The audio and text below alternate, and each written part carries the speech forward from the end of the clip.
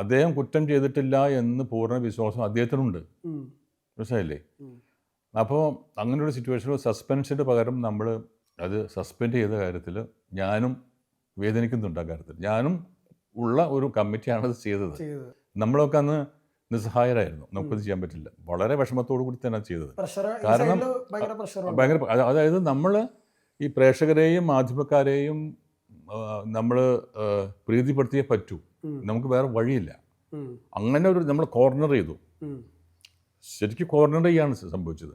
ഈ രാഷ്ട്രീയ പാർട്ടികളും മീഡിയ പിന്നെ പ്രേക്ഷകർ ഒക്കെ വന്നിട്ട് നമ്മളങ്ങോട്ട് പ്രഷറൈസ് ചെയ്തിട്ട് അത് വലിയൊരു സമ്മർദ്ദം തന്നെയായിരുന്നു.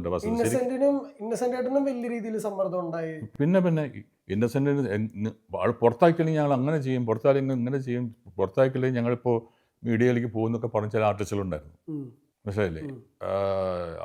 ഇപ്പം തന്നെ ഈ നിമിഷം തന്നെ ദിലീപിനെ പുറത്താക്കണമെന്ന് പറയുന്ന വാദിക്കുന്ന ചില ആൾക്കാരെ ഞാൻ കൊണ്ടുവരാനകത്ത്.